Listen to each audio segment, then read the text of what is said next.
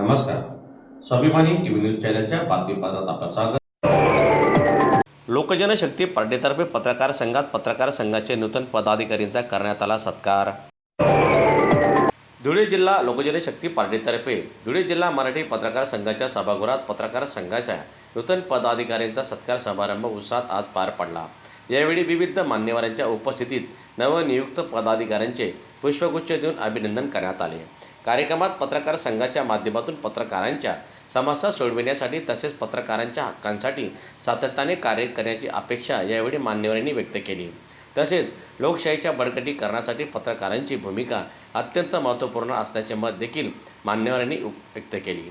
दरम्यान यावेळी लोकजनशक्ती पार्टीचे दिलीपप्पा साळवे, शोभाताई चव्हाण, कुंदन खरात, पुक्या बाबा यांच्यासह लोकजनशक्ती पार्टीचे पदाधिकारीसह कार्यकर्ते मोठ्या संख्येने उपस्थित होते. मराठी पत्रकार संघाचे नवनिर्वाचित अध्यक्ष व संपूर्ण कार्यकारिणीचा एक छोटेखानी सत्कार लोकजनशक्ती पार्टी रामविलास पक्षाच्या माध्यमातून दिलीपप्पा साळवे यांच्या नेतृत्वात समस्त जिल्हा पदाधिकाऱ्यांतर्फे आयोजित करण्यात आला. लोकजनशक्ती पार्टी रामविलास मार्फत नवनिर्वाचित जिल्हा मराठी पत्रकार संघाचे अध्यक्ष सन्माननीय आमचे बंधू मनोज भाऊ गर्दे तसेच उपाध्यक्षपदी रवींद्र नगराळे यांची निवड झाली. त्यानिमित्त आम्ही लोकजनशक्ती पार्टीतर्फे त्यांचं हार्दिक अभिनंदन करतो. तसेच इतर सदस्यांची देखील जी निवड झालेली आहे त्या सदस्य बंधूंचा देखील आम्ही